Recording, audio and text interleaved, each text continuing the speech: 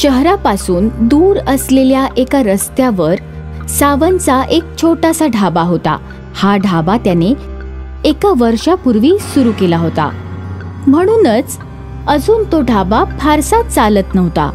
सावंतच्या परिवारात त्याच्या व्यतिरिक्त त्याची पत्नी आशा आणि 12 वर्षांची मुलगी निशा होती. निशाला त्याने शहरातल्या एका चांगल्या शाळेत घातलं होतं. त्याची इच्छा होती की तिने शिकून मोठ्या पदावर काम करावं. तो भल्या पहाटे अंधारात उठून ढाब्यावर जात असे आणि रात्री उशिरा घरी परत येत असे. एके दिवशी पावसात भिजत भिजत तो खूप उशिरा घरी पोहोचला. जेव्हा तो घरी पोहोचला तेव्हा आशा आणि निशा त्याची वाट बघत घराच्या बाहेरच उभ्या होत्या. आज जवळजवळ सगळी रात्र उलटून गेली. कुठे होतात? उकाडा खूपच वाढला होता. पावसामुळे आता एकदम मस्त वाटतंय. या पावसामुळे वातावरण इतकं गार झालं आहे, एसी लावला तरी एवढा गारवा नाही मिळणार. पण तुम्हाला उशीर तर झाला ना बाबा. पण उकाड्यातून सुटका झाली की नाही? ठीक आहे, आता लवकर जाऊन कपडे बदलून घ्या. तोपर्यंत मी जेवण गरम करते. हो हो ठीक आहे, मी लगेच कपडे बदलून येतो.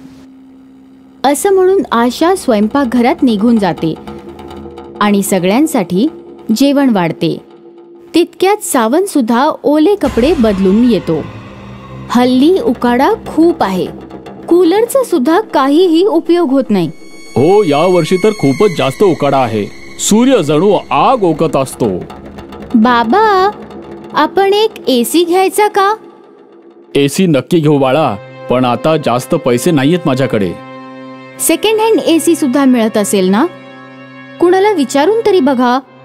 आई अगदी बरोबर बोलतेय बाबा. आपल्याला सेकंड हँड एसी असलं तरी चालेल.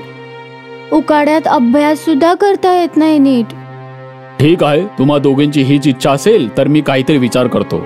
दुसऱ्या दिवशी सावंत जेव्हा त्याच्या ढाब्यावर जातो तेव्हा त्याच्या ढाब्यावर बलवान नावाचा एक एसी मेकॅनिक जेवायला येतो. सावंत त्या मेकॅनिक बरोबर एसी घेण्याबद्दल चर्चा करतो.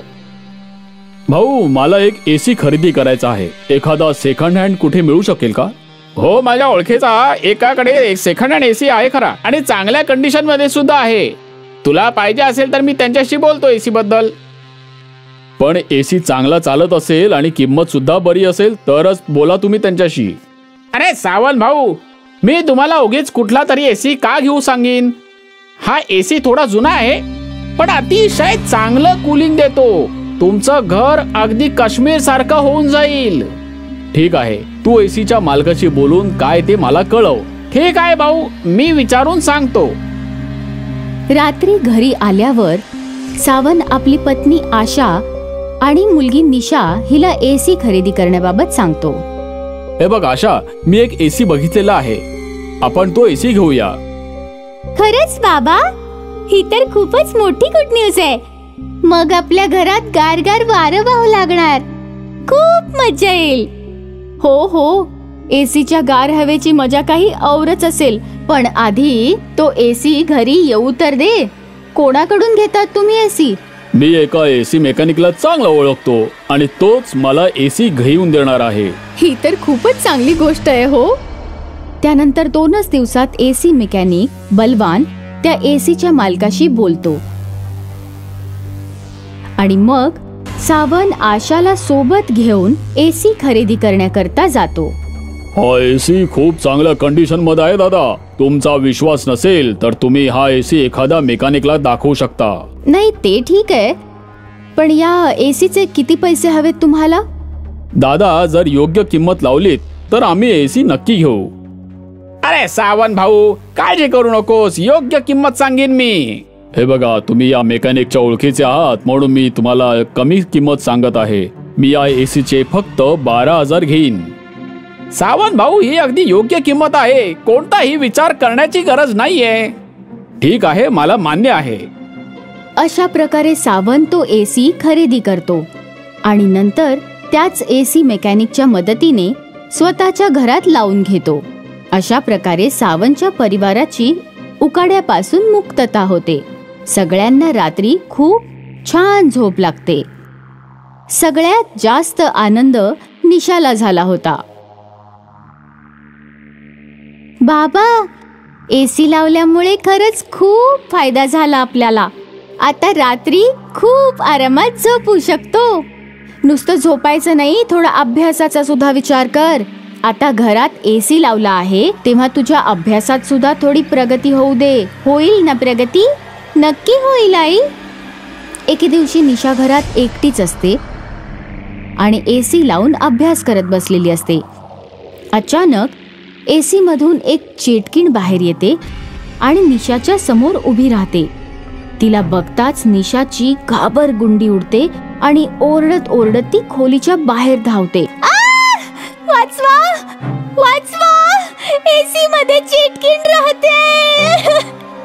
जेव्हा ती त्या चेटकिणीबद्दल सावन आणि आशाला सांगते तेव्हा त्यांना निशाचा भ्रमच वाटतो. ते तिच्या समोर एसी सुरू करून तिच्या मनातला भ्रम दूर करण्याचा प्रयत्न करतात. बघ, कुठे आली चेटकीण एसी मधून? नाही आली ना? नाही आली बाबा. हे सगळे तुझ्या मनाचे खेळ आहेत बाळा. त्यावेळी तू घरात एकटीच होतीस ना, म्हणूनच भ्रम झाला असेल तुला. निशाच्या सांगण्याला भ्रम समजून सावन आणि आशा ही गोष्ट विसरून जातात. त्याच्या दुसऱ्या दिवशी जेव्हा ते सगळे एसी लावून झोपलेले असतात तेव्हा अचानक एसी मधून चेटकीण बाहेर येते आणि त्यांच्या पलंगाच्या बाजूला उभी राहते. ए सावन, उठ आणि माझ्या प्रश्नाचं उत्तर दे. चेटकिणीच्या तोंडून हे शब्द बाहेर पडताच सावनचे डोळे उघडतात. समोर चेटकिणीला पाहून सावन घाबरतो. आशा, आशा, उठ आशा. ती बघ, एसी मधून खरोच चेटकीण आली आहे. एसीच्या बाहेर आली आहे ती. सगळ्यांना जागा केलंस तरी हरकत नाही, पण मी इथून जाणार नाही. तेवढ्यात आशा आणि निशाला सुद्धा जाग येत.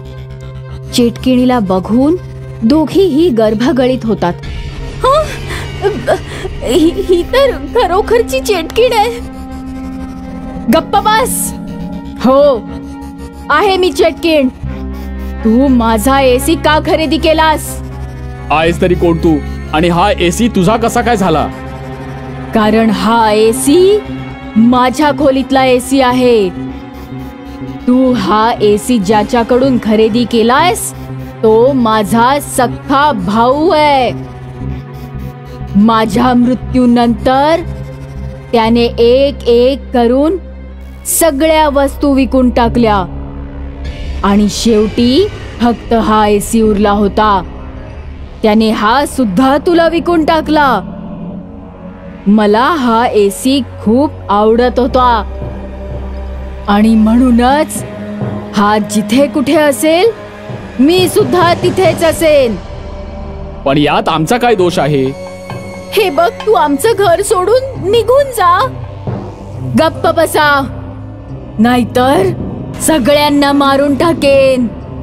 चेटकीण जेव्हा आशा आणि सावन यांच्याशी वाद घालत होती तेवढ्यात निशा उठते आणि हळूच जाऊन एसी बंद करते. त्याबरोबर चेटकीण गायब होते. दुसऱ्या दिवशी सावन एका मांत्रिकाला बोलावतो. मांत्रिक आपल्या विद्येच्या सामर्थ्याने त्या चेटकिणीला बंदिस्त करतो आणि कायमचा त्यांच्या घरापासून दूर घेऊन जातो.